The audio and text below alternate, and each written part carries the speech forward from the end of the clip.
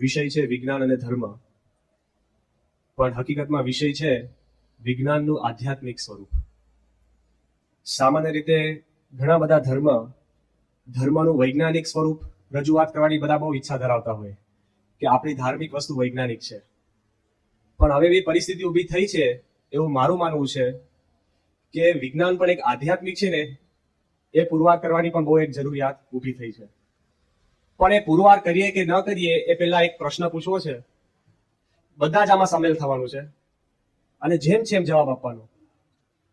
હાલ તમે અહીંયા બેઠા હો અને કોઈ વ્યક્તિ એક પ્રશ્ન કરે કે તમને એકદમ ક્રોધથી મોઢું બગાડીને ન બોલાય સાંભળી શકે એવા શબ્દ બોલીને તમારું અપમાન કરીને કોઈ તમને ઈડલી ઢોસાનો થાળ આપે, તો તમે એ સ્વીકારશો કે ફક્ત પ્રેમથી એક પાણીનો પ્યાલો આપે એ સ્વીકારશો? શું કરશો? પ્રેમથી પાણીનો પ્યાલો આપે એ સ્વીકારશો, બરાબર કે નહીં? હવે કદાચ તમને એમ કહેવામાં આવે કે કોક તમારા વિશે લેખિત પ્રવચન મહિમાનું કે વિક્રમભાઈ બહુ સારા છે, રોજ આપણને સારું શીખવાડે છે, બહુ મહેનત કરે છે, આમ તે અડધો કલાક લેખિત જેમાં હાવભાવ હોય જ નહીં, આમ કમ્પ્યુટર વાંચતો એમ વાંચી જાય તમારા વખાણ.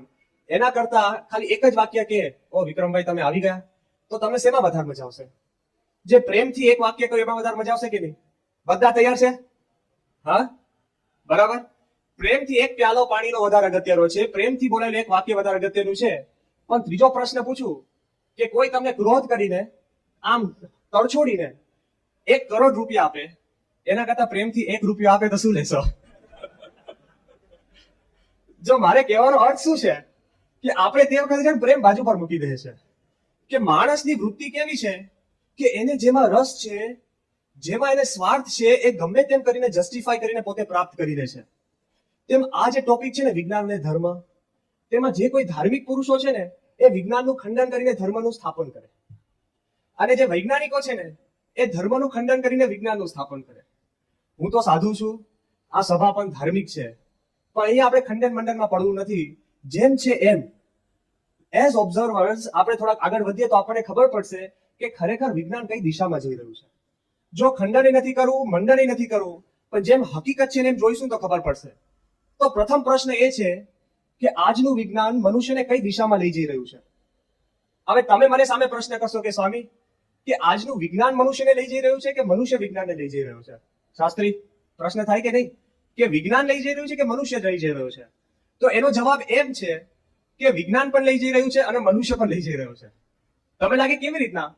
તો એક નાનું દ્રષ્ટાંત જુઓ કે કોક માણસ ઘોડા પર ચડ્યો હોય અને લગામ એના હાથમાં હોય, ત્યાં સુધી આપણે શું કહીએ કે માણસ ઘોડાને લઈ જઈ રહ્યો છે, પણ લગામ તૂટી જાય તો ઘોડો માણસને લઈ જઈ રહ્યો છે કે નહીં?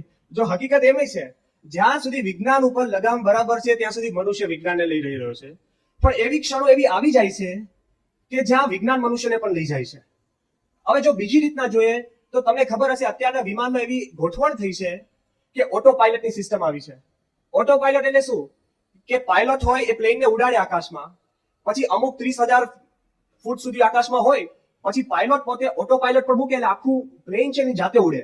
બહાર જઈને ફરીને અંદર આવે, પાછળ એક પેસેન્જર્સને મળ્યા તોય પ્લેન એની જાતે ઉડી શકે એવી સિસ્ટમ ગોઠવી છે. હવે એમાં કેવું છે કે શરૂઆતમાં માણસ પ્લેનને ઉડાડી રહ્યો છે અને જ્યારે ઓટો પર મૂકે ત્યારે પ્લેન માણસને ઉડાડી રહ્યું છે. હવે આ ખબર પડે એવો પ્રશ્ન નથી કે વિજ્ઞાન લઈ જઈ રહ્યું છે કે મનુષ્ય વિજ્ઞાનને લઈ જઈ રહ્યો છે. પણ એક વસ્તુ આપણે વિચારીએ, ચાલો વિજ્ઞાનમાં સંપૂર્ણ વિશ્વાસ મૂકી દો અને વિજ્ઞાન જે દિશામાં જાય છે ઉભું રહ્યું છે ત્યાં આપણે ઉભા રહીએ તો પણ આપણને ખ્યાલ આવશે કે શું પરિસ્થિતિ ઊભી થઈ છે. તો અત્યારે આપણે જોઈએ કે પૂર્વેથી જે શાસ્ત્રો થઈ ગયા, જે ઋષિ મુનિઓ થઈ ગયા, જે ધર્મો થઈ ગયા, એ ધર્મોના જે અનુભવ થઈ ગયા અને જે મનુષ્યને આકાંક્ષાઓ બાંધાવી, એ બધી ધર્મો તો પૂરી કરતું કરશે, તો વિજ્ઞાન પૂરી કરવા માંડ્યું છે. તો શું? તો આપણા ધર્મમાં એક વાત આવે છે કે દૂર શ્રવણ, કે તમે ધાર્મિક થાઓ અને અમુક યોગ સિદ્ધ કરો તો અહીંયા બેઠા બેઠા દૂર જગ્યાએ શું થાય છે સાંભળી શકો. હવે ધર્મ તો હજુ કરાવશે તો વિજ્ઞાને ટેલિફોન આપ્યો કે નહીં? હવે આપણને લાગે છે કે ધર્મ કે છે વિજ્ઞાન કરે છે મારું, એ તો બરાબર, પણ દૂર દર્શન એવી માન્યતા હતી કે યોગ સિદ્ધિમાં તમે એવી સાધના પ્રાપ્ત કરો કે તમે બેઠા બેઠા બીજી જગ્યાએ શું થાય છે જોઈ શકો. હવે વિજ્ઞાને ધર્મ તો કરાવશે, કદાચ કરાવ્યા હોય તો આપણને શું લાગે 5-6 એવા યોગીઓને પ્રાપ્તિ થઈ, પણ વિજ્ઞાને એક લોકલ માણસને પણ આપી દીધું, ટીવી આપી દીધું. એ તો બરાબર, પણ દૂરગ્રહણ, કે અહીંયા બેઠા બેઠા એવી પણ સિદ્ધિઓ હતી કે પેલા દેશમાં જે કંઈ પ્રાપ્ત કરો તો હાથ નાખે તો આવી જાય, સિદ્ધિ અહીંયા પ્રાપ્તિ થાય. હવે હજુ ત્યાં સુધી વિજ્ઞાન નથી પહોંચ્યું, પણ ફેક્સ મશીન શું છે કે અમેરિકામાં એક તમારો ફોટો નાખે તો અહીંયા આગળ ઇન્ડિયામાં તાત્કાલિક એ ફોટો ઝેરોક્સ થઈને બહાર નીકળે. હવે એ દૂરગ્રહણ જ થયું ને, ફોટો આવી ગયો એના જેવું થયું કે નહીં, એ તો હજુ બરાબર. પણ આગળ વાત કરીએ કે દૂરગતિ, આપણા શાસ્ત્રમાં વાત છે કે અહીંયા બેઠો બેઠો યોગી બીજા ગ્રહોમાં પણ ગતિ કરી શકે. હવે કદાચ એક બે એવા આધ્યાત્મિક પુરુષો કઈ ગતિ કરી હશે, પણ અત્યારે તો લોકલ માણસ પણ સ્પેસમાં અને આકાશમાં ગતિ કરી શકે એવી બધી સિદ્ધિઓ વિજ્ઞાન આપણને આપી રહી છે. શાસ્ત્રોમાં વાત આવે છે કે હૃદય પરિવર્તન, ગમે તેવો માણસ હોય એનું હૃદય પરિવર્તન થઈ જાય. હવે એ તો થતું થશે, પણ સામાન્ય માણસનું પણ હાર્ટ ટ્રાન્સપ્લાન્ટ તો વિજ્ઞાન કરે જ છે. આઈનું હાર્ટ બીજામાં નાખે, બીજા ત્રીજામાં નાખે, એ તો હજુ છે.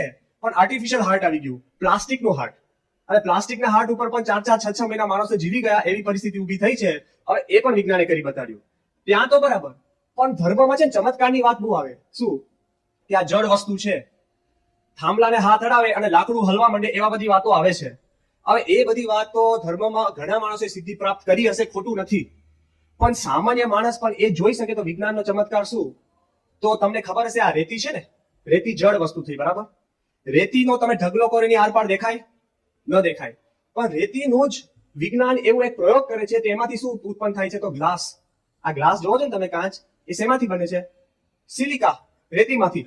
હવે જો જે આર પાર ન દેખાય એવું પારદર્શક થાય છે, ત્યાંથી પણ ઉપર જાય છે. ક્યાં સુધી? અત્યારે તમે કમ્પ્યુટરમાં જે ચિપ્સ બને છે, કે કમ્પ્યુટરમાં મેમરીની વાત આવે કે આ કમ્પ્યુટરની એક ચિપ છે, આખી બુક યાદ રાખી શકે એવી પાવર આવે છે, તેમ સિલિકન ચિપ શેનાથી બને છે? તો સિલિકા, રેતીમાંથી.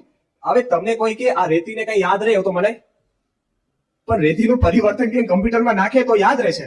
હવે આપણને લાગે હજી ધર્મ કહેતો હોય કે જળને એકદમ ચેતન કરી શકે, ફૂલ ચેતન નથી કરતા, પણ એ સુધી પરિસ્થિતિ વિજ્ઞાને ઉત્પન્ન કરી છે એ તો આપણે લાગે.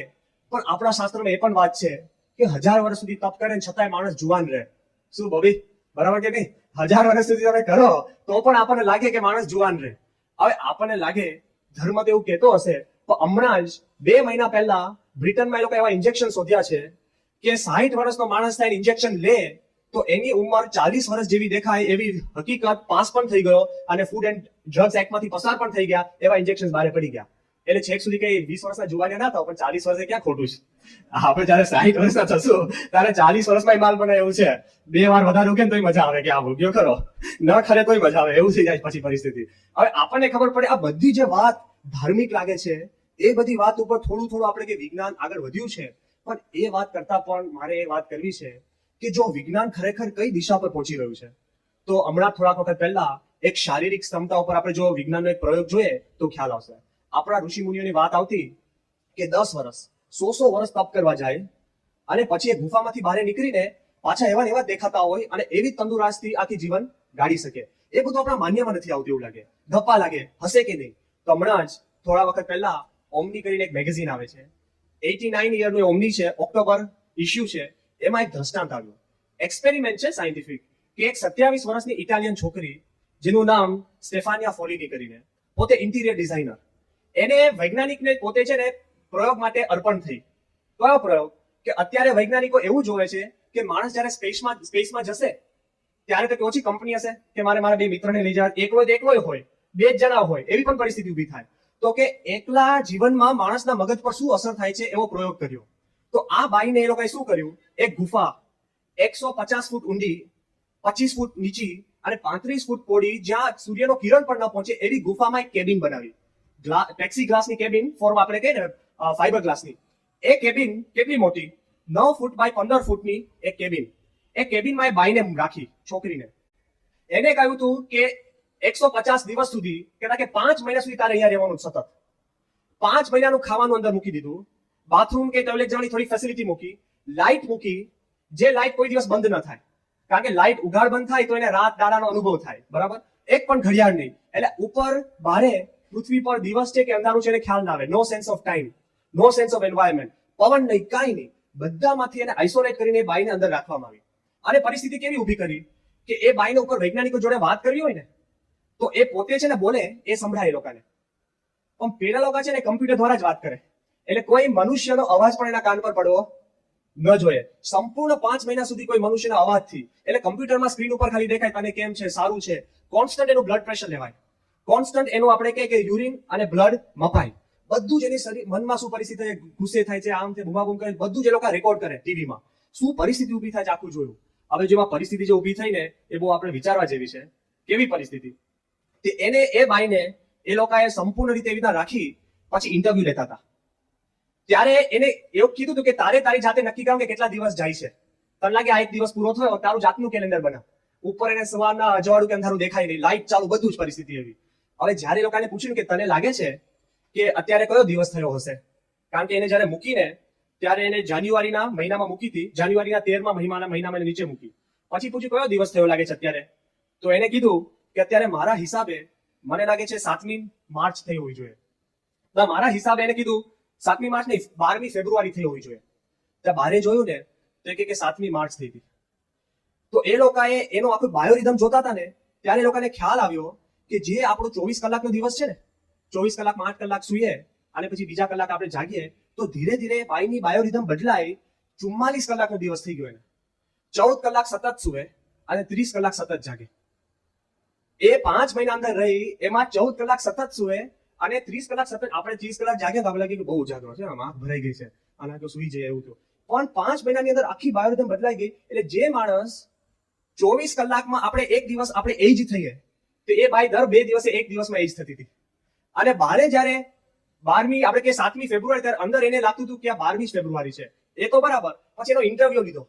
ઇન્ટરવ્યુ ચાલતો હશે ત્યારે બાઈને પૂછ્યું પતી ગયો પછી કે તને લાગે છે કેટલા મિનિટનો કલાકનો ઇન્ટરવ્યુ થયો? તો બાઈ કહે છે કે આમ તો મને લાગે છે કે 1.5 કલાક ઇન્ટરવ્યુ ચાલ્યો લાગે છે મારા ટાઈમિંગ પ્રમાણે, મારા મન પ્રમાણે. તો બારે જોયું ને તો 9.5 કલાક ઇન્ટરવ્યુ ચાલ્યો હતો. હવે આપણને આ પ્રયોગ ઉપરથી ખ્યાલ આવે કે એ કે છે કે ધીરે ધીરે માણસનું બાયોરિધમ બનાય છે. જે ગુફામાં ગઈ, ગુફામાં બધી જ ફેસિલિટી હતી, હજુ ભગવાન ઉપર તો ધ્યાન જ નતું કરવાનું. આપણા ઋષિ મુનિઓ જતા હોય અને એને લાગે હું 5 મિનિટ ધ્યાન કરીને બહાર નીકળ્યો છું અને બારે 100 વર્ષ પસાર થઈ જાય, એ હકીકત હોઈ શકે. અત્યારે વિજ્ઞાન એ દિશામાં પહોંચી રહ્યું છે કે આપણને આપણા શાસ્ત્રોમાં સંપૂર્ણ શ્રદ્ધા ઉત્પન્ન થાય એવી વાત એમાંથી મળી રહી છે. એ તો બરાબર, પણ તમે કહો કે સ્વામી આ તો શરીરની વાત કરી, પણ સામાન્ય પદાર્થની વાત કરો. આ પદાર્થનો ઓપિનિયન કેવો છે આપણે? આ પદાર્થ સ્થૂળ દેખાય છે કે નહીં? આ પદાર્થ સ્થિર દેખાય છે કે નહીં? આ ઓછું કે માઇક્રોફોન હલન કરે છે, હા, આ ટેબલ સ્થિર છે કે નહીં? હું હાથ મૂકું છું તો મને અડે છે કે નહીં? આ પહેલેથી આપણા માણસની એક દ્રષ્ટિકોણ છે કે દુનિયામાં બધા પદાર્થ સ્થિર છે, બધું જ વ્યવસ્થિત છે, કાંઈ વસ્તુ હલતું નથી, બધું જ સ્ટ્રોંગ છે. પણ તમને ખ્યાલ હોય કે જ્યારે વૈજ્ઞાનિક ઊંડા ઉતરવા માંડ્યા ને ત્યારે પ્રથમ 450 વર્ષ બીસી ઈસવીસન પૂર્વેમાં ડિમોક્રેટિસ કરીને ગ્રીક સાયન્ટિસ્ટ થઈ ગયો. એને શું કહ્યું? આ સ્થૂળ નથી, આ બધું છે ને અણુનું બનેલું છે. એના પહેલા આપણા કણાદ ઋષિએ પરમાણુવાદમાં 500 વર્ષ પહેલા વાત કરી હતી. પરમાણુવાદ કરીને એને આપ્યો છે, પણ પરમાણુવાદ એને આપ્યો. પણ લોકો શું માનતા? અણુ છે ને સ્થિર છે, અણુ હલતો નથી અને અણુથી જ બધું બનેલું છે. ધીરે ધીરે આગળ વધ્યા ને તો 1897માં ઇલેક્ટ્રોન થોમ્સને તોડ્યો, ઇલેક્ટ્રોન શોધ્યો. એક એકલું અણુ નથી, અણુની ચારે બાજુ એક ભ્રમણ કરતો એક ઇલેક્ટ્રોન છે. ઇલેક્ટ્રોનની સ્પીડ શોધી, જે આપણને સ્થિર દેખાય છે ને એની સ્પીડ કેટલી? તો એ લોકોએ શોધીને તો આભા બની ગયા. કેટલી? એક 600 માઇલ્સ પર સેકન્ડ. આ સેકન્ડ થઈ એટલે ઇલેક્ટ્રોન બોમ્બે પહોંચી ગયો. બોમ્બે તો પહોંચ્યો છતાં અહીંયા છે મારો. આપણને લાગે ત્યાં છે ને કેટલી ઝડપી સ્પીડ. આપણે જે સ્થિર લાગે છે એ વસ્તુ હલે છે. પછી કે છે કે એનથી અંદર ગયા. રધરફોર્ડ કરીને એક માણસ આવ્યો તો 1919માં એને એટમ તોડ્યો. એટમ તોડ્યો તો આ જે સ્થિર દેખાય છે ને, આ જે આપણે હલતું નથી એવું દેખાય છે, તો વિજ્ઞાન એવું કહેવા માંડ્યું છે કે એટમની અંદર ન્યુટ્રોન છે. તો ન્યુટ્રોનની ગતિ કેટલી ખબર છે? ઇલેક્ટ્રોનની ગતિ 600 માઇલ્સ પર સેકન્ડ હોય તો ન્યુટ્રોનની ગતિ 40,000 માઇલ્સ પર સેકન્ડ. જેમ ઊંડા જાય છે એમ ગતિ વધે છે. હવે વિચિત્રતા કેવી ઊભી થઈ છે અત્યારે વિજ્ઞાનમાં? તો એવું કહેવાય છે કે જે સ્થિર છે એની અંદર સંપૂર્ણ ગતિ છે. હવે આપણે વિરોધાભાસ લાગે કે જે ગતિશીલ છે એ સ્થિરતા કેવી રીતે આપી શકે? તો આધ્યાત્મિકતા એવું જ કહે છે કે ભગવાન એક જગ્યાએ સ્થિર છે છતાં આખી દુનિયાને ગતિ આપે છે. આપણે એવું કહીએ છીએ આ કેમની વાત છે કે ભગવાન સ્થિરને ગતિ કેમ ન આપે? આપણે કઈ પ્રમુખ સ્વામી અહીંયા છે છતાં બધે કેમ ના હોઈ શકે? બ્રહ્મ અહીંયા છે ને ત્યાં કેમ ના હોઈ શકે? હવે એ વાતમાં કદાચ ઊંડા ન જઈએ તો આપણો શાસ્ત્રોનો એક શ્લોક જ છે. એ શ્લોક કયો છે? તો કે ઇલેક્ટ્રોનની જે વાત કરે છે ને, તો જેમ ઊંડા ઉતર્યા ને વૈજ્ઞાનિકો ત્યારે એક વાક્ય લખ્યું છે કે કોઈ અમને પૂછશે કે ઇલેક્ટ્રોન અહીંયા છે તો અમારે કેવું પડશે કે ના. કોઈ અમને પૂછશે કે ઇલેક્ટ્રોન અહીંયા નથી તો અમારે કેવું પડશે કે ના. કોઈ અમને કહેશે કે ઇલેક્ટ્રોન ગતિ કરે છે તો અમારે કેવું પડશે કે ના. કોઈ અમને કહેશે કે ઇલેક્ટ્રોન ગતિ નથી કરતો, સ્થિર છે, અણુ તો અમારે કેવું પડશે કે ના, તો પેલા કે ના જ કે છે, આ શું વાત કરે છે. પણ આપણો જો કઠોપનિષદનો શ્લોક છે, શું શ્લોક છે? તદે જતી તન નહીં જતી તદ દૂરે તદ વંતિકે તદંતરસ્ય સર્વસ્ય તદુ સર્વાસ્ય બાહ્યતઃ, કે છે કે અહીંયા છે ને ત્યાં છે, ગતિ કરે છે ને ગતિ નથી કરતો, અંદર છે ને બહાર છે, સર્વત્ર છે. આ ભ્રમનું વર્ણન છે. હવે ભ્રમના વર્ણન સુધી તો વૈજ્ઞાનિકો પહોંચવાના જ નથી, પણ જેમ ઊંડા જાય છે ને તો એવા વર્ણનોમાં એ લોકો પહોંચતા જાય છે. એ તો ઠીક, પણ જ્યારે વૈજ્ઞાનિકોને પ્રશ્ન શું થયો મોટો, કે અમે જે આ બધી શોધખોળ કરી, જે પ્રશ્ન ઋષિ મુનિનો થયો હતો ને એ જ થયો છે કે અમે આ બધી શોધખોળ કરી, સબએટોમિક વર્લ્ડમાં ગયા, હવે લોકોને કેવું કેમનું, સમજાવવું કેમનું કે અમે શું વિચાર કર્યો. ત્યારે સમજાવવા બેઠા ને ત્યારે હાઇઝનબર્ગ કરીને મોટો વૈજ્ઞાનિક એક વાક્ય બોલ્યો. એ વાક્ય સાંભળો બધા. The problem of language here are really serious. We wish to speak about atoms in some way, but we cannot speak about atoms in the ordinary language. એ કે અહીંયા આગળ ભાષાનો ભયંકર મોટો પ્રશ્ન ઉત્પન્ન થયો છે. અણુ શું છે, પરમાણુ શું છે, એની વાત કરવા અમે માંગીએ છીએ, પણ સામાન્ય ભાષામાં અમે કહી શકતા નથી. તમે જયારે પ્રમુખ સ્વામીને પૂછો કે સ્વામી મહારાજની મૂર્તિ કેવી છે, સ્વામી કે દિવ્ય. કે પણ દિવ્ય એટલે શું? કે બસ ભાષા નથી. આપણે શાસ્ત્રમાં એ જ વાત આવે છે. કઈ વાત? તો એ જ વાત આવે છે કે ન તત્ર ચક્ષુર ગચ્છતિ, આંખ નથી પહોંચી શકતી, ન વાત ગચ્છતિ, વાણી નથી પહોંચી શકતી, ન મનો, મન નથી પહોંચી શકતું, ન વિદ્મો, બુદ્ધિ પણ પહોંચી નથી શકતી. ત્યાં સુધી આપણા શાસ્ત્રમાં વાત કરી છે. તો વિજ્ઞાન પણ એવી અટપટી દિશામાં અત્યારે પહોંચી ગયું છે ને કે ત્યાં એ પોતે કે છે કે હું વર્ણન કરી નથી શકતો કેવી રીતના ક્યાં છે, કેમનું છે. અને શાસ્ત્રમાં જે વાત આવી છે ત્યાં જઈને પોતે અટક્યું છે. એ તો ઠીક છે, કદાચ વસ્તુ ચલિત છે છતાંય સ્થિર છે એવું વિજ્ઞાન અનુભવ કરાવે છે. પણ ઊંડાણમાં જાય છે ને ત્યારે શું પરિસ્થિતિ ઉત્પન્ન થાય છે? તો બહુ મોટો એક વૈજ્ઞાનિક લિયો લેડરમેન કરીને સર્નનો અને ફર્મી લેબનો પોતે ડાયરેક્ટર છે. એને કીધું કે કોઈ અમને પૂછે કે તમે અબજો ડોલરના મોટા મોટા પાર્ટિકલ એક્સેલરેટર બનાવે છે અણુને તોડવા, તો એમાં કેમ આટલો બધો ખર્ચો કરો છો અને શું પ્રાપ્ત થાય છે? ત્યારે બહુ સારી રીતના સમજાવ્યું. શું સમજાવે છે કે જેમ નાની વસ્તુ એમ તોડવી વધારે અઘરી. ચોક તોડવો સહેલો છે, પણ ચોકને વધારે ટુકડા કરવા અઘરો પડે. આટલો નાનો ચોક થાય એટલે આંગળીથી ના તૂટે, ચપ્પાથી તોડવો પડે. જેમ નાનું થાય એમ તોડવું અઘરું પડે છે, બરાબર કે નહીં? તો કે અણુને તોડવો એટલે શું? તો અણુમાંથી પણ પરમાણુ, ન્યુટ્રોન કે પ્રોટોનને તોડો. તો એ તોડવા માટે લોકો મોટા એક્સેલરેટર બનાવે છે. કેટલા મોટા ખબર છે? કે 27 કિલોમીટરનું મોટું આખી એક લાંબી રિંગ હોય, 10 ફૂટ મોટું, અને આખી એક ટ્યુબ હોય. એમાં છે ને પરમાણુ આમ છોડે અને બીજું પરમાણુ અને પછી અથડાય. હવે ભલા માણસ અહીંયાથી બે લખોટી તાકવી હોય તો અઘરું પડે તાકવાની. આટલું મોટું ટ્યુબ, એમાં અણુને ગરગોળ ફેરવે અને બે પરમાણુ પ્રોટોન અથડાય. એમાંથી અથડાઈને શું ઉત્પન્ન થાય? ક્યાં બિલોડી કાચ લઈને જોવા જવું? ક્યાં ખબર પડે? એમ અણુ નથી દેખાતો, પરમાણુ નથી દેખાતો, એનથી અણુ શું ખબર પડે? પછી એ કહે છે કે એ તો બરાબર, એનથી મોટું બનાવે છે અત્યારે એ લોકો અમેરિકામાં ટેક્સાસમાં 87 કિલોમીટર, એટલે અહીંથી વિદ્યાનગર પહોંચી જાવ ત્યાં સુધી એટલી મોટી જાયન્ટ 10 ફૂટની ટ્યુબ, એમાં બે પરમાણુ છોડીને અથાડે, એમાં ઉત્પન્ન થાય. તો આને પૂછ્યું કે તમે કેવી રીતે ખબર પડે શું ઉત્પન્ન થયું? કે બે પ્રોટોન અથડાયા, એમાંથી જે તૂટ્યા, એમાંથી કેવી રીતે ખબર પડે? તારે એક દ્રષ્ટાંત આપે ને, બધા અત્યારે ધાર્મિક છે, એ દ્રષ્ટાંત બહુ અગત્યનું છે. એ શું કહે છે ખબર? કે હું બહારે ગયો હોઉં, મારું ઘર હોય, ઘરની આગળ એક કાચની બારી હોય, ઘરની જે દિવાલ હોય ને આપણી ગાર્ડનની દિવાલ, એના પર મેં એક ડોલ મૂકી હોય, અને બહારે ગયો તો રસ્તા ઉપર એક મારુતિ, આ તો આપણે દ્રષ્ટાંત આપું છું, એને અમેરિકન ગાડીની વાત કરી, એક મારુતિને સ્કૂટર અથડાય એટલે મારુતિની બમ્પર છૂટું પડે, છૂટું પડીને ડોલને અથડાય. કે દિવાલ પર ડોલ હોય ને, વંડા ઉપર ડોલને એવી રીતના અથડાય કે ડોલ પછી ઉડીને મારી બારીમાં અથડાય. બારીમાં એ એંગલથી અથડાય કે બારીના બધા કાચ છૂટા પડ્યા હોય, કે જે બાજુથી ફોર્સ આવે છૂટા પડે ને, છૂટા પડ્યા હોય. અને હું જેવો ઘરે આવું એટલે પછી મારે અનુમાન શરૂ કરવાનું કે કાચ આવી રીતના છૂટા પડ્યા છે, નક્કી ડોલ અથડાઈ છે, અને ડોલ આવી રીતના એટલે નક્કી બમ્પર વાગ્યો છે, અને બમ્પર આવી રીતના છૂટું પડ્યું, હા કાચ આવી રીતના પડ્યા છે એટલે મારુતિ અને એક સ્કૂટરનો એક્સિડન્ટ થયો છે, એવી રીતના મારે અનુમાન કરવું પડે. હવે પેલો કે હવે આ કેમનું અનુમાન કરવું? હવે એ કહે છે કે આ તો એક સામાન્ય મેં દ્રષ્ટાંત આપ્યું કે બધું જોઈને અનુમાન કરીને અમારે શોધખોળ કરવી પડતી હોય છે. પણ એ કહે કે આ તો સામાન્ય દ્રષ્ટાંત, પણ હકીકતમાં શું થાય છે ખબર છે? મારુતિ અને એક સ્કૂટર અથડાય ને તો સામાન્ય જગતમાં તો ખાલી બમ્પર લૂઝ થાય, પણ ત્યારે તમે સબએટોમિક વર્લ્ડમાં જાઓ ને, પરમાણુ દુનિયામાં, ત્યારે મારુતિ અને સ્કૂટર જેવું અથડાય ત્યારે એમાંથી ટ્રક પણ ઉત્પન્ન થાય. હવે કેમની ખબર પડે? એ કે આ બાજુ ટ્રક ઉત્પન્ન થાય ને આ બાજુ બીજી નાની સાયકલો ઉત્પન્ન થાય, એવી પરિસ્થિતિ ઊભી થતી હોય છે. તો એ શું કે છે અત્યારે કે અમારું વિજ્ઞાન એવી અણી પર આવી રહ્યું છે કે અનુમાનની દુનિયામાં જ હવે જીવીએ છે. તો આધ્યાત્મ શું છે? એ સ્વામી તમે કહેતા પણ ભાઈ, સ્વામી કે તું આમ વિચાર કર તો ઓટોમેટિક તારા જીવનમાં કંઈક ફેરફાર થશે. અનુમાન જ છે ને, ડાયરેક્ટ તમે નજર સમક્ષ પ્રૂફ દેખાડવામાં હોતા નથી. જો વિજ્ઞાન પણ અત્યારે ધાર્મિક રીતે જોવા જાય ને તો ધાર્મિક એક ક્ષેત્રમાં આવીને પહોંચ્યું છે. બીજો એક સામાન્ય લો તમે વિજ્ઞાનનો, વિજ્ઞાનમાં છે ને મેઝરમેન્ટ બહુ હોય, હાઈટ, વેઇટ, બરાબર. કાં પછી દિશા નોર્થ ઈસ્ટ સાઉથ વેસ્ટ બધા પકડી રાખે કે નહીં, આ નોર્થ ઈસ્ટ સાઉથ વેસ્ટ. પણ વિજ્ઞાન જયારે પૃથ્વીની બહાર ગયું તો નોર્થ કયું? હા, પૃથ્વીનો ગોળો નો તમે, બરાબર.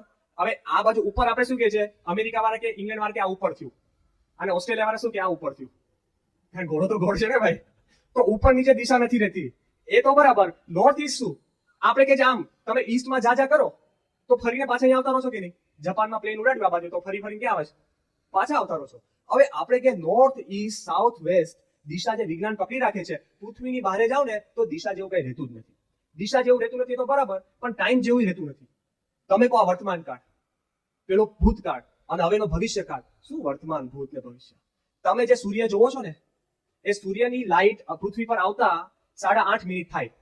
એટલે તમે જે સૂર્ય જોવો છો ને, તમે શું કહે અત્યારે સૂર્ય વર્તમાન કાળમાં આવું દેખાય છે? ભલા માણસ, 8 મિનિટ પહેલાનો સૂર્ય તમને અત્યારે દેખાય છે.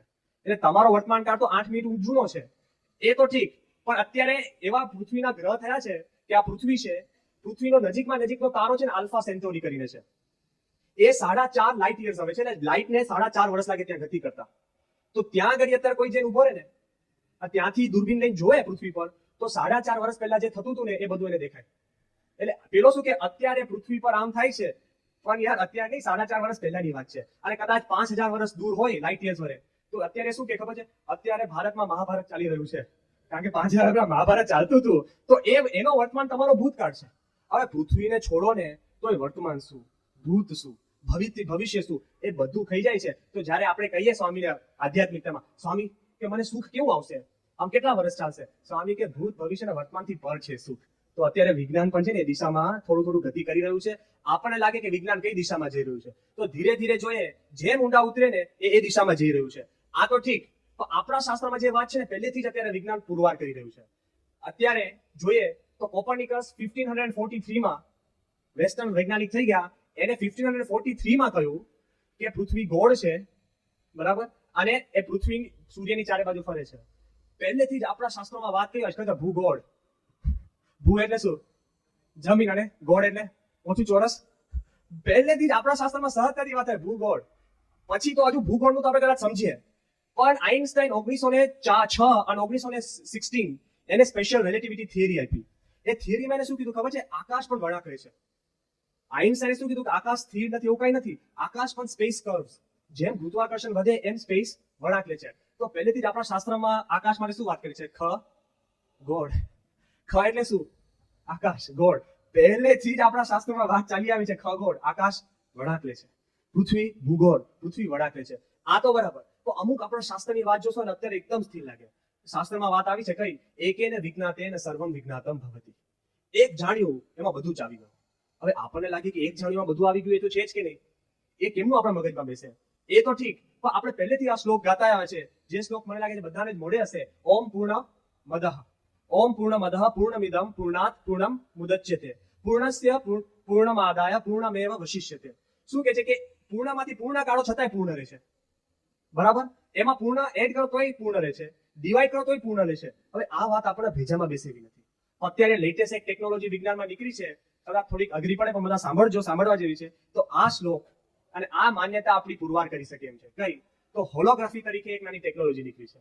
એક ટેકનોલોજી કેવી છે, તો સામાન્ય રીતે કોઈનો ફોટો પાડે તો ફોટામાં કેવું, તમારો સાઈડ પોઝ લીધો હોય તો એક આંખ દેખાતી હોય, તો ફોટામાં એટલો પાતળો છે તો ફોટામાં એક જ આંખ દેખાય, બીજું કાંઈ ન દેખાય. પણ હોલોગ્રામ કેવું છે કે તમારી એક આંખનો ફોટો લીધો હોય ને, તો તમે આમ ફેરો ને, તો આમ કરો ને તો બીજી આંખ દેખાય. આપણને લાગે આ કેમની વાત છે, પણ તમે ઉપર જો તેવું તમારું માથું દેખાય, અને તમે નીચે જો તો તમારું આ ગરદન દેખાય છે. તો એટલો પાતળો ફોટા જેવું જ. આપણને લાગે આ કેમની વાત છે? તો હોલોગ્રામમાં શું ટેકનોલોજી છે, તો લેઝર બીમ વપરાય છે. લેઝર લાઇટ એટલે શું, તો આ જે લાઇટ છે ને આપણી, આ લાઇટની બધી ફ્રીક્વન્સી જુદી છે. એક જ વિચાર કરો ને, અહીંયા આપણે બધા બેઠા છે, બધા જુદા કપડાં પહેરીને બેઠા છે ને, તો મજા ન આવે. તો બધા જ એક સરખા વ્હાઈટ ડ્રેસ પહેરી બેઠા તો પાવર લાગે, બરાબર. આપણો સુભાષ બ્રિજ છે, એ સુભાષ બ્રિજ ઉપર તમે ઘોડાગાડી વાળો હોય, ગધેડા હોય, બે ગાયો હોય, બે માણસો હોય, એક સાયકલ વાળો હોય, આપણી મારુતિ હોય ને સુઝુકી હોય, આ બધા જ બધા ગાડા વાળા ટ્રેક્ટર વાળા બધા ભેગા થયા હોય અને સુભાષ બ્રિજ ઉપરથી પસાર થવા પ્રયત્ન કરે તો કેટલી વાર લાગે, હોર્ન વાગે ને બધું ટ્રાફિક જામ થાય. પણ બધી જ લાલ મારુતિ હોય, 10-10 ફૂટે ગોઠવી હોય આપણે, અને બધાને આજ્ઞા કરી હોય કે બધા 10 કિલોમીટર ઉપર ચલાવવાની છે, તો કેટલી બધી પસાર થઈ જાય. તો લેઝર બીમ એટલે શું કે બધી જે ફ્રીક્વન્સી નીકળે ને બધી એક પ્રકાર નીકળે, એટલે એટલો પાવર વધે કે જે તમારે કરવું એ થઈ શકે. તો એ લેઝર બીમથી એ લોકો ફોટોગ્રાફ પાડે છે. તે ફોટોગ્રાફ કેવો કે તમારે એક એક કણમાં આખો સંપૂર્ણ માણસ આવે. જો બહુ સમજવા જેવી વાત છે. તમને લાગે આ કેવી વાત છે કે તમે એક ફોટોગ્રાફ કાપો ને, એક માણસનો ફોટોગ્રાફ હોય તો એને તમે આખો કાપી નાખો તો તમને એની અંગૂઠો મળે તો અંગૂઠામાંથી અંગૂઠો દેખાય ને. તો હોલોગ્રામ એટલે શું કે તમે હોલોગ્રામ કાપો ને તો તમને એક નાનો ખૂણો મળે ને, એ ખૂણામાંથી પણ આખો માણસ દેખાય. તમને એનો કાન મળે તો કાનમાંથી આ સાઈડનો આખો પોઝ દેખાય. એક આંખ મળે તો આંખમાં પણ સંપૂર્ણ માણસ છે. તો આપણે જે વાત કરીએ છીએ ઓમ પૂર્ણ મદઃ, પૂર્ણમાંથી કાપો તોય પૂર્ણ રહ્યો પાછો, તમે એને જોડો તોય પૂર્ણ રહ્યો. અને કદાચ તમે હજુ મને પ્રશ્ન પૂછો આ કેમનું બને સ્વામી, તો કેમનું જ ખબર છે. જો લોજિકલી સમજાશે કે તમે એક રૂમ લો, આ દિવાલ છે ને, બરાબર, આ દિવાલમાંથી તમે અહીંયા કાણું પાડો નીચે, અને ત્યાંથી તમે દ્રષ્ટિ કરતો આખો હોલ દેખાય કે નહીં. ઉપર કાણું પાડો અને ત્યાંથી જોતો આખો હોલ દેખાય કે નહીં. પેલી બાજુ કાણું પાડો અને દ્રષ્ટિ કરતો આખો હોલ દેખાય કે નહીં. તો દરેક કાણામાંથી આખો હોલ દેખાય.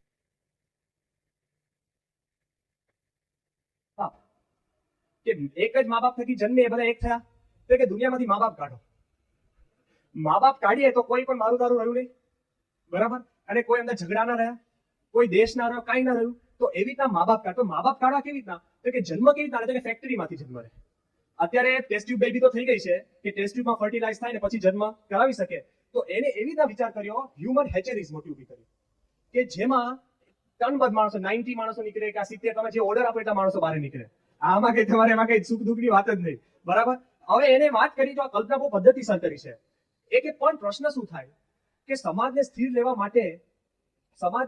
માટે પણ કઈ પદ્ધતિ કોક તો કામ કરે ને, ઓછો બધા સ્વેચ્છા થાય, બરાબર. એટલે કાસ્ટ સિસ્ટમ જોઈશે.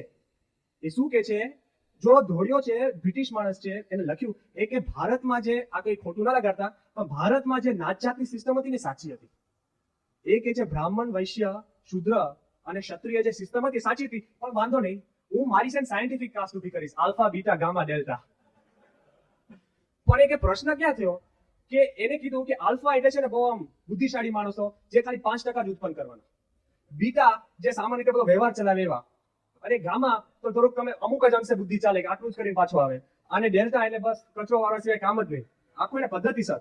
પણ એ કે પ્રશ્ન ક્યાં આવ્યો, ભારતની સિસ્ટમ ક્યાં ફેલ ગઈ કે મારા જે નીચે હતા ને એ લોકો વિચાર કરવા માંડ્યો કે મારે અખંડ ઝાડુ વાળવાનું, એટલે કે મારે પુસ્તક વાંચવું છે, મારે એટલે વાંધો આવ્યો એ કે હું મારા હાથમાં તો કંટ્રોલ છે. તો કે ફેક્ટરીમાં જે જન્મતા હોય ને કોઈ માણસ ઓર્ડર આપે કે મારે 90 મજૂરોની જરૂર છે, બરાબર. તો કે 90 પાછા મજૂરો છે ને દૈહિક રીતે સરખા હોવા જોઈએ, કારણ કે રૂપનું પણ માન આવી જાય કે હું સારો છું. એટલે બધા જેમ ટ્વિન્સ થાય ને 90 જોડકા ઉભા થાય, બરાબર. અને એ જે ટેસ્ટ ટ્યુબમાં જયારે 9 મહિના તો એ મશીનમાં રાખે બાળક થાય ત્યાં સુધી, તો પહેલેથી જ એને કીધું હોય કે મારે ડેલ્ટા જોઈએ છે, નીચલી કક્ષાના માણસો, તો કે પહેલેથી એને ઓક્સિજન ઓછું આપવાનું જેથી મગજ ઓછું ડેવલપ થાય.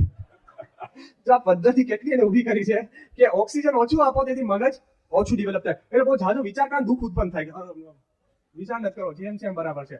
પણ એ તો બરાબર, હજુ આગળ જાઓ, એની કલ્પના જો એ એવું કે છે કે ધારો કે 90 ઉભા થયા, કપડા એવા બધું જેનું પદ્ધતિસર, પણ એને પછી કોઈ કાળે એવો બીજાને જોઈને પણ વિચાર ના આવે, કારણ વાંદરાને પણ વિચાર આવે, કોઈ ખાતો હોય તો ખાવાનું મન થાય, તો બીજો પુસ્તક વાંચતો હોય તેને જોઈને વિચાર ના આવે કે પુસ્તકમાં માથું ફેરવું. એટલે જયારે બાળકો છે ને 6 કે 1 વર્ષના થાય, 6 મહિના 1 વર્ષના જયારે ઘૂંટણિયા ભરતા શીખતા હોય ને, ત્યારથી એક રૂમમાં રાખવામાં આવે.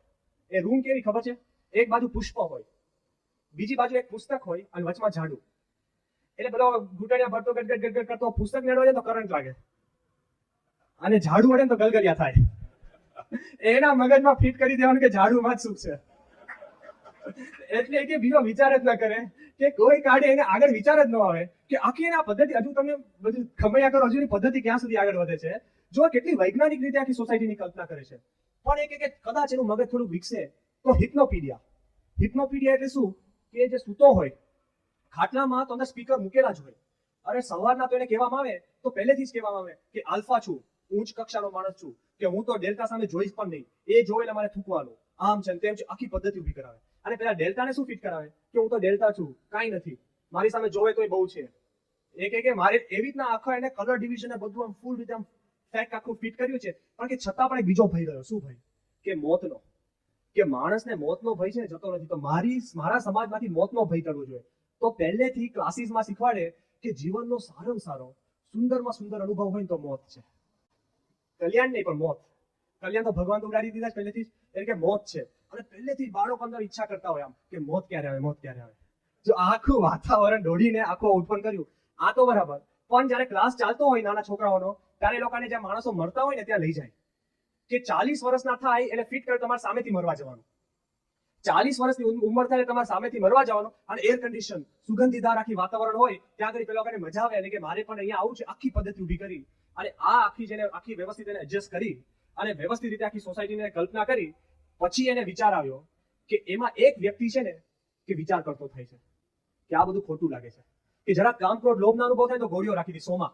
જો ઘોડીનું નામ પણ ભારતીય નામ છે, સોમવલ્લી હતું ને આપણું, તો ઘોડીનું નામ સોમા, કે સીધી ઘોડી લઈ લે ક્રોધ ઓસરી જાય, પછી સીધી ઘોડી લઈ લે કામ લોભના બધા વિચારો ઓસરી જાય. એવી તાખી સોસાયટી ઊભી કરી, એમાં એક વ્યક્તિ વિચારતો થાય છે અને સોસાયટીની વિરુદ્ધમાં પડે છે, પછી છેલ્લે પોતે આપઘાત કરે છે. આખો એને કલ્પના આવી.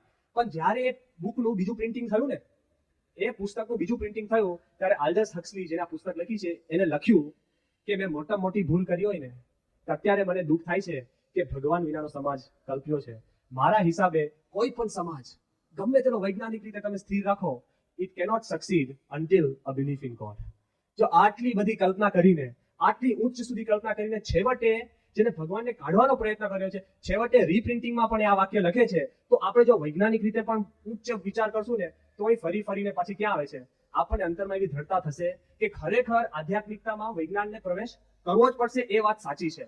અને એટલું જ નહીં, પણ કન્ક્લુઝનમાં જો 4 વિચાર તમે રાખશો ને દ્રઢ, તો એ તમારા અંતરમાં ખ્યાલ આવશે જે કહેવા માંગુ છું. કે અત્યારનો એક વૈજ્ઞાનિક થઈ ગયો ફ્રિટ્જ ઓફ કેપ્રા. એ ફ્રિટ્જ ઓફ કેપ્રાએ કહ્યું કે physics is becoming a way of heart. કે જેમ માણસ ભક્તિ કરે અને જેટલો સજાગ હોય તેને ઝબકારો થાય છે, તેમ વૈજ્ઞાનિક જેટલો સજાગ હશે ને તેને ડિસ્કવરી થાય છે. એ વગર ડિસ્કવરી થતી નથી. એટલે આધ્યાત્મિકતામાં જેમ સાધના છે એમ ફિઝિક્સમાં સાધના છે, એ તો છે. પણ આર્થર એડિંગ્ટન કરીને 20મી સદીનો મોટો વૈજ્ઞાનિક થઈ ગયો. એ શું કે છે? એ કે the stuff of the universe seems like the stuff of the mind. કે મનમાં જે બધા વિચાર છે એ જ યુનિવર્સમાં વિચાર છે, એવું આપણને અત્યારે વૈજ્ઞાનિકોનો અનુભવ થાય છે. એટલું પદ્ધતિસર આખો વિચારસરણી ચાલે છે. પછી એ જ વૈજ્ઞાનિક આગળ કહે છે કે the more we study science, જેટલો વિજ્ઞાનમાં ઊંડા ઉતરે છે ને, તો the more we are convince the universe is like a giant idea and less like a machine. કે અત્યારે અમને એવું અંતરમાં પુરવાર થવા મળ્યું છે કે જે લોકો કે જ્યાં મોટું મશીન જેવું આખું વિજ્ઞાન છે, યુનિવર્સ, કોઝમોસ, એના કરતા એક જાયન્ટ કોઈ મોટો વિચાર લાગે છે. તો આપણા સંપ્રદાયમાં શું છે કે ભગવાન સ્વામિનારાયણ સંપ્રદાયમાં એવી માન્યતા છે કે પૂર્ણ પુરુષોત્તમ નારાયણ એક સંકલ્પ કર્યો અને અક્ષર સામે જોયું અને આખી સૃષ્ટિ ઉત્પન્ન થાય છે. તો મને લાગે છે કદાચ આર્થર એડિંગ્ટન સાચો હોવો જોઈએ કે આ યુનિવર્સ મશીન કરતા એક બહુ કોઈક મોટા માણસના વિચાર જેવો લાગે છે, એ છે. અને તમે જો આઈન્સ્ટાઈનનું જીવન જુઓ તો આઈન્સ્ટાઈનના જીવનમાં એક જબરજસ્ત પ્રસંગ બની ગયો. એ આપણને આ તરફ વાળે એવો છે. કયો પ્રસંગ? કે આઈન્સ્ટાઈન પહેલા લોકો છે ને બહુ મથતા. શેની માટે? તો રિલેટિવિટી માટે. જો આ સામાન્ય દ્રષ્ટાંત છે, પણ કોઈ વ્યક્તિ, તમે ટ્રેનમાં બેસીને 60 માઇલની સ્પીડ ઉપર આમ જતા હો અને ટ્રેનની બારે જો તો તમને ઝાડપાન કેટલી માઇલની સ્પીડ ઉપર જતા લાગશે? 60. બરાબર ને? બારીમાંથી બારે જો તો ઝાડપાન 60 માઇલની સ્પીડ ઉપર હલતા લાગશે. પણ તમે ટ્રેનમાં આમ 60 માઇલની સ્પીડ ઉપર જતા હો અને બીજી ટ્રેન છે ને આમ 30 માઇલની સ્પીડ ઉપર જતી હોય સામે ડિરેક્શનમાં, તો તમને બીજી ટ્રેન કેટલા માઇલની સ્પીડ ઉપર લાગશે? 90. કારણ કે સ્પીડ એડ થાય. ખ્યાલ આવ્યો ને રિલેટિવિટીમાં? પણ વૈજ્ઞાનિકો મૂંઝવણમાં પડ્યા શું કે લાઇટનું કેવું છે કે 186,000 માઇલ્સ પર સેકન્ડ આમ જતી હોય અને બીજું કોઈ પણ વસ્તુ આ બાજુ 500 માઇલ પર આમ જતી હોય ને, તો પણ લાઇટની સ્પીડ તમને 186,000 અને 500 એવી લાગવી જોઈએ ને સ્પીડ. તો પણ લાઇટની સ્પીડ તમને 186,000 માઇલ જ લાગે છે, કોન્સ્ટન્ટ. લાઇટની બે આમ જતા હોય, એક લાઇટનો રે આમ જતો હોય, બીજો આમ જતો હોય, 186,000 તમે એડ કરવા જોઈએ ને, તો પણ લાઇટની સ્પીડ તો 186 જ રહે છે. હવે વૈજ્ઞાનિક મૂંઝાતા હતા કે આ 186,000 માઇલની સ્પીડ ઉપર જ કેમ રહે છે, કેમ ડબલ નથી થતું? અને બહુ પ્રયત્ન કર્યો શોધવા માટે કે કેમ. આઈન્સ્ટાઈન આવ્યો ને, આઈન્સ્ટાઈન કે કેમ ના પૂછો, સ્વીકારી લો, એક્સેપ્ટ ઇટ. આઈન્સ્ટાઈન એક્સેપ્ટ કર્યું તો E = mc² નીકળ્યું. હજુ પુરવાર નથી કરી શક્યા વૈજ્ઞાનિકો કેમ 186,000 માઇલ જ રહે છે. એક્સેપ્ટ કર્યું તો આગળ વધ્યા. તો વિજ્ઞાનમાં એમ જ કે છે, બહુ પ્રશ્ન ના પૂછ. એ તો કે છે તેમ ધર્મમાં એમ જ કે છે. તમે કહો કે કેમ મહારાજ પૂર્ણ પુરુષોત્તમ? સ્વામી કે છે એક્સેપ્ટ ઇટ. તમે કેમ તમે ગુણાત્મક અક્ષર? સ્વામી કે છે એક્સેપ્ટ ઇટ. યોગી માને કોઈ પૂછ્યું કે તમે ગુણાત્મક સાઈના મૂળ અક્ષર કેમ માનો છો? તો યોગી બાપા કે અમારા ગુરુ કહેતા એટલે. શું પુરવાર યાર.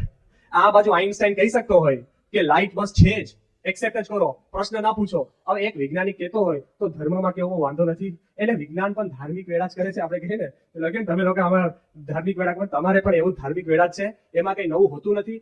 અને છેલ્લો એક નોબેલ પ્રાઇઝ વિનર સાયન્ટિસ્ટે વાત કરી, જ્હોન એકલ્સ કરીને, એ કે વિજ્ઞાન બધું શોધશે કે દેહ શેનો બનેલો છે, આ પદાર્થ શેના બનેલા છે, પણ શા માટે બનેલો છે એ પ્રશ્ન ઉત્પન્ન થશે ને ત્યારે વિજ્ઞાને આધ્યાત્મિકતામાં જ આવી જવું પડશે કે તું શેનો બનેલો છે એ શોધી શકશે, પણ તું કેમ બનેલો છે ને, વાય આઈ એમ હિયર, શા માટે, એ પ્રશ્ન જો પૂછશે ને સીધું જ વિજ્ઞાનને ત્યાં આધ્યાત્મમાં જવું પડશે. એ સિવાય બીજો કોઈ ચોઈસ જ નથી. તો આજે પણ આપણે વિચાર કરીએ કે જેમ જેમ કોઈ ત્યારે પૂછે કે આજનું વિજ્ઞાન કઈ તરફ જઈ રહ્યું છે, તો તમારે છાતી ઠોકીને કેવું કે ભાઈ આધ્યાત્મ તરફ, કે અમે જે અહીંયા સભામાં બેસીને કરીએ છીએ એ અંતે બધા વૈજ્ઞાનિકો ભેગા મળીને આજ કરવાનું છે. મહારાજે કહ્યું ને લોયાના 17માં અને 18માં, મહારાજે કહ્યું કે 1 વર્ષે સમજો કા લાખ વર્ષે સમજો કા 100 વર્ષે સમજો, ગમે તેટલી સાધના કરીને પણ સમજો, પણ ભગવાન મનુષ્ય રૂપે આવ્યા એ પણ દિવ્ય છે એ જ સમજવાનું છે. અને જેતલપુરના છેલ્લા વચનામૃતમાં કહ્યું કે અમારી દ્રષ્ટિએ કે જે પગના અંગૂઠે આખું બ્રહ્માંડ હલાવે, જેના વિચાર જે કરે એમ દુનિયામાં થતું હોય, એ ભગવાન સ્વામિનારાયણ કહે છે અમારી દ્રષ્ટિએ તો ભગવાન ભજવા સિવાય બીજો કોઈ મોટો વિચાર નથી. એટલે જ કદાચ યોગીજી મહારાજ કહેતા હશે ભગવાન ભજી લો. આમાં પણ સૂત્રમાં એવો જબરજસ્ત સાયન્ટિફિક પાવર છે. તો આપણે પણ કોઈ આજે પૂછે કે વિજ્ઞાન કઈ તરફ ગતિ કરી રહ્યું છે, તો કહેજો કે આધ્યાત્મિકતા તરફ, કે આપણા ધર્મ તરફ ગતિ કરી રહ્યું છે. તો એ જ સૌને સમજાય, એ જ પ્રાર્થના.